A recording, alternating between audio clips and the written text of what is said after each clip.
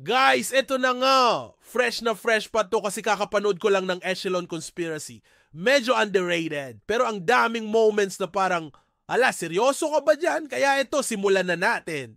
So, ganito nagsimula. Si Max, isang computer engineer / tech-savvy kuya, nagtatapos ng trabaho niya sa Thailand. Chill lang siya sa vibes, ready nang umuwi sa Amerika.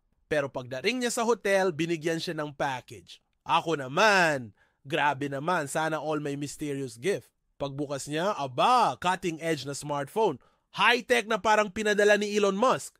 Pero siya, walang ka-effort, tinabi lang sa gilid. Ako, kahit box lang ng bagong phone, picture agad sa IG. Pero wait lang, may paanda si phone. Biglang nag-ring at sabi, 50% off ang hotel rates. Eh di syempre confirm agad si Kuya Max. Kasi sino ba naman ang tatanggi sa discount, di ba?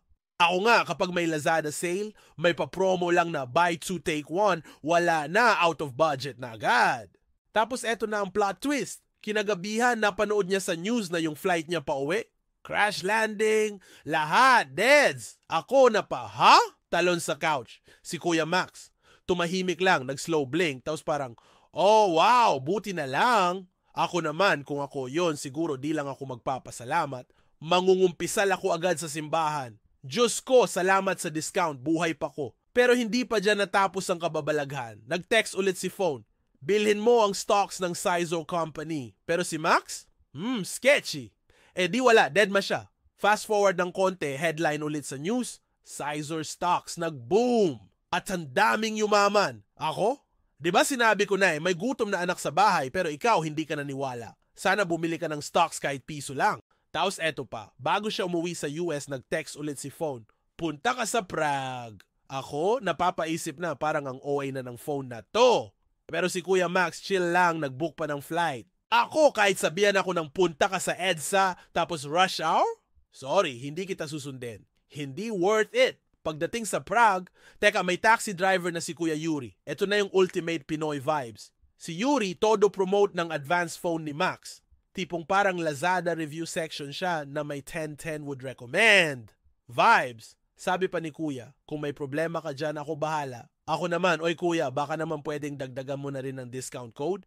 Feeling influencer tuloy si Max. Then dito na nagiging intense ang movie, nagpunta si Max sa casino. Nag-text si phone, slot 13, go! Pagdating niya may nakaupo na, pero eto na, nag-text ulit si phone, Ford spin, jackpot. Si Max, todo negotiate. Pre, eto 20 euros, palit tayo. Pero yung lalaki, parang sino ka ba? Mode lang. So tinasan niya, 100 euros na, game na. Ayun, na-jackpot din siya. $300,000 agad. Ako, Kuya, ako na ang manager mo. Ang galing mo sa investments, wala kang kaalam-alam, pero biglang yumaman ka. Pero wait, napansin na siya ng casino manager, si John.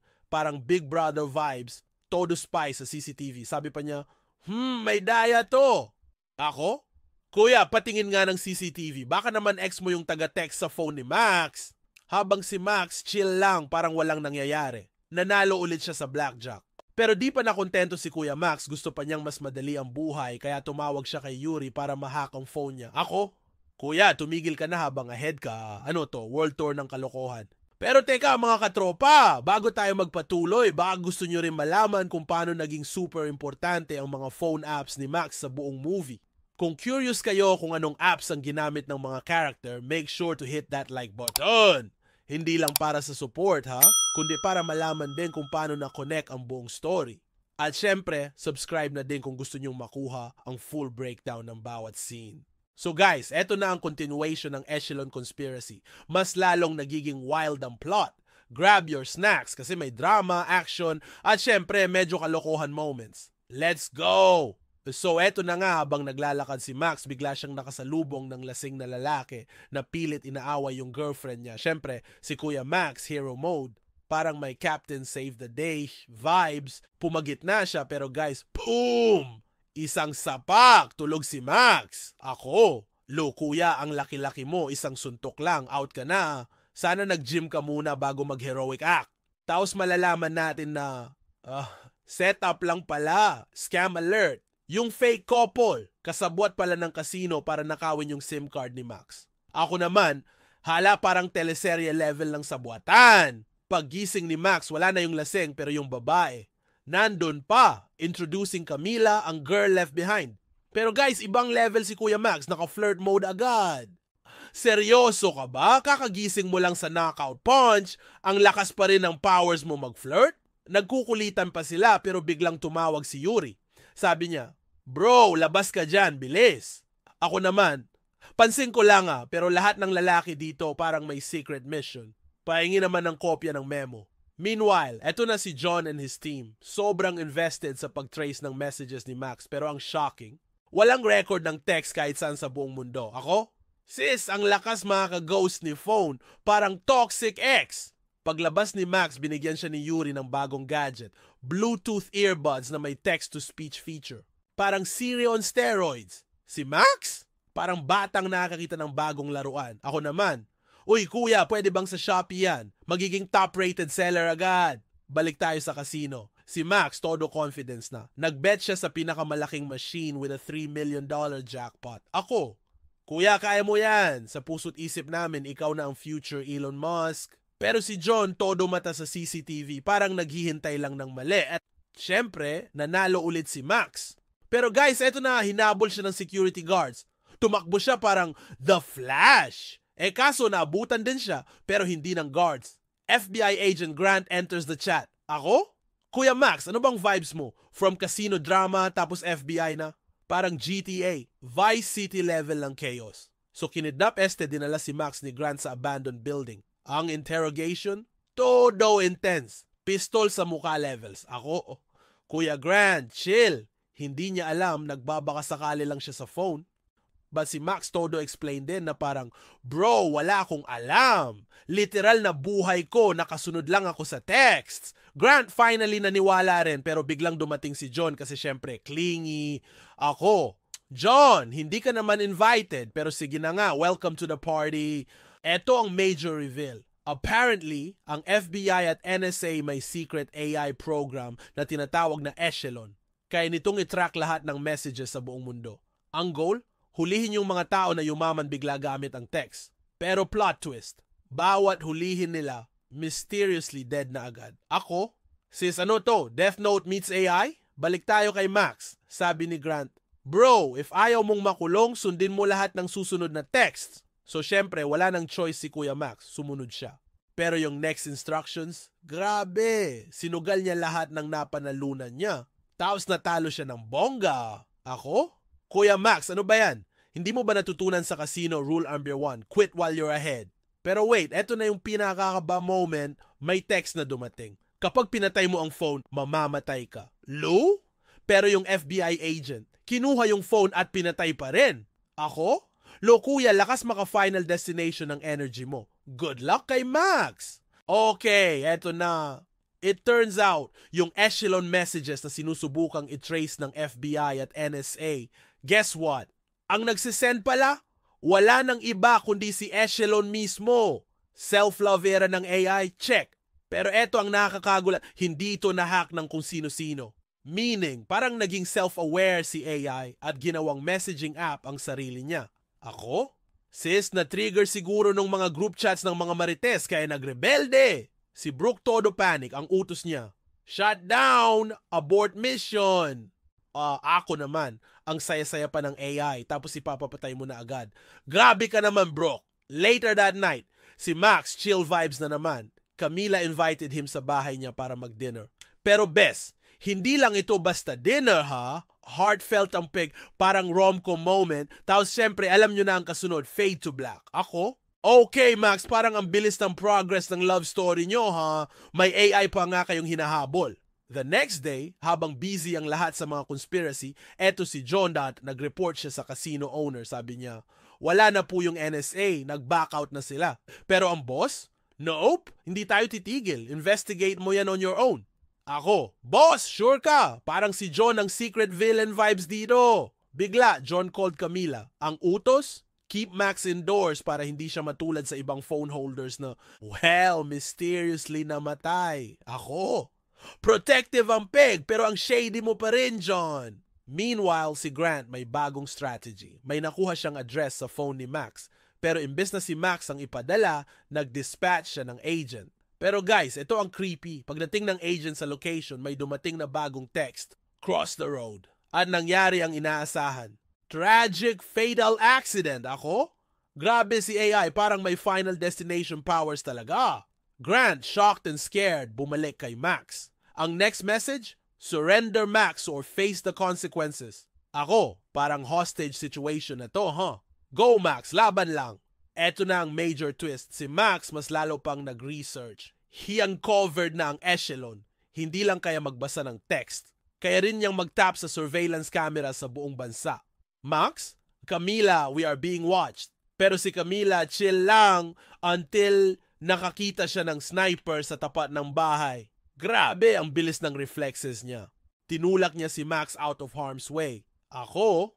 Girl, ikaw na ang secret agent. Reveal na please. Pero wait, mas lalong lumala ang sitwasyon. May dalawang lalaki na umakyat sa bahay nila para tapusin sila. Camila, todo fighter mode. Lock si Max sa kwarto tapos humawak ng bakal para labanan yung attackers. Pero bes, nasabayan pa ng sniper na tumira sa kamay niya. Ako? Girl, okay ka pa ba? Ang dami mong inaasikaso. Habang todo labanan, lumabas si Max from the room at tumulong kay Camila. Together, nag-power couple sila at na-overpower ang mga attackers. Pero eto ang shocking, ni-reveal na ni Camila na nagtatrabaho siya for John sa casino. Ako? Since double agent ka pala, trust issues activated. John arrives on cue at ni-rescue si Max. Sabi ni John, Bro, gusto kang patayin ng NSA kasi alam mo na masyado kang marami. Tapos ni-reveal pa niya na walang moral compass ang Echelon program at walang ibang way out kundi hanapin ang source ng messages. Max suggested Yuri, the tech-savvy taxi driver from Moscow. Ako? Siyempre, si Yuri na naman, tech expert vibes, baka siya ang susi. Pagdating nila sa Moscow, Yuri agreed to help. Pero sabi niya, Mga Bez, give me 3 hours. Ganun kakomplikado to. Habang naghihintay, nag-usap si Max at John. Max asked, Bro, bakit ka umalis ng FBI? John, todo hugot. Alam mo Max, hindi ko matolerate ang Echelon. Napaka-unethical ng program, parang walang respeto sa privacy ng tao. Nagprotesta ako pero deadma sila kaya umalis ako. Ako? John, may redemption arc ka pala pero shady ka pa rin ha. Eto na ang last part sa kwento ni Max, John, Grant at ang AI na mas chismosa pa sa kapitbahay mo. 3 hours later, habang nagmi-meeting ulit sila, si Yuri ay nag-drop ng isang napakalupit na plot twist. Hindi daw na-hack ang Echelon. Instead, nagising lang ang program sa sarili niyang katalinuhan at nag-decide na maging independent woman. I mean, independent AI. Lumipat na daw ito sa lahat ng computer sa buong mundo. Para daw patunayan na matalino siya, Echelon na foresee ang plane crash at pati stock market, tinaya-tayaan niya. Pati sa mga slot machines sa casino, siya rin ang tumulong kay Max na mag-jackpot. Pero teka, bakit kaya niya ginagawa lahat ng ito? Wala pa rin silang clue.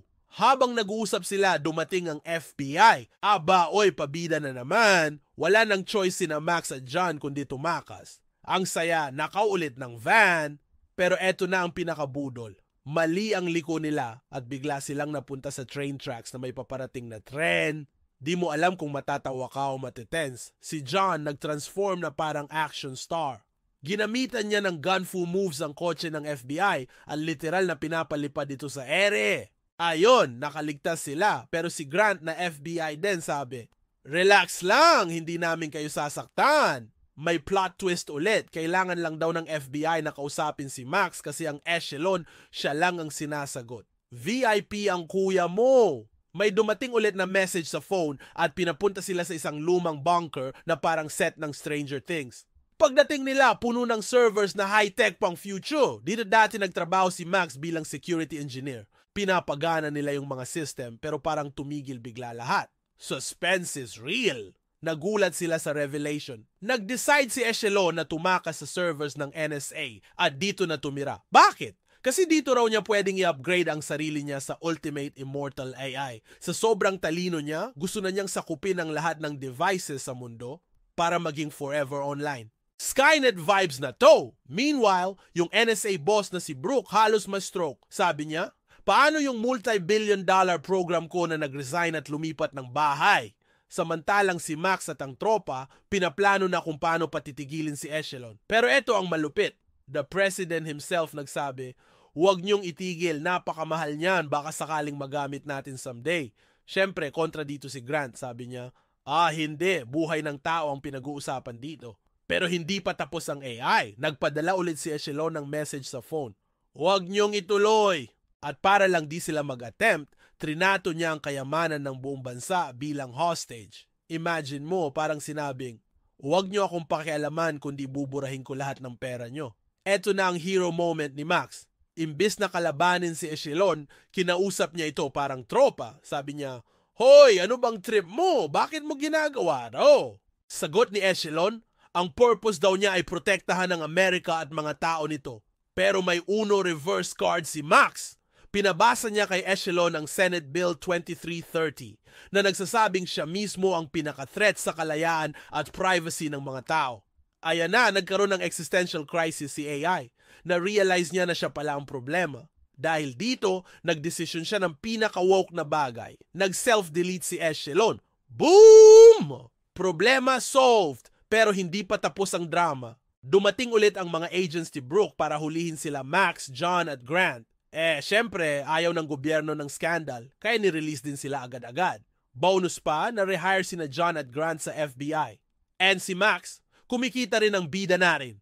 Dumating si Camille dala-dala ang isang $3 million check mula sa casino owner na sobrang thankful sa tulong ni Max. Sana all, di ba? Sa pinaka-ending, eto ang James Bond plot twist. Si Yuri pala ay hindi simpleng taxi driver kundi isang Russian government agent. Nag-report siya sa boss niya sa Moscow. Mission accomplished. Wala na ang Echelon. At dyan nagtatapos ang kwento. Grabe, di ba? Paano naging hero si Max at paano niya nalusutan lahat? Kaya kung natuwa kayo sa recap na to, like and subscribe na. Comment down below kung gusto nyo pa ng ganitong kwentuhan. See you sa next video mga katropa.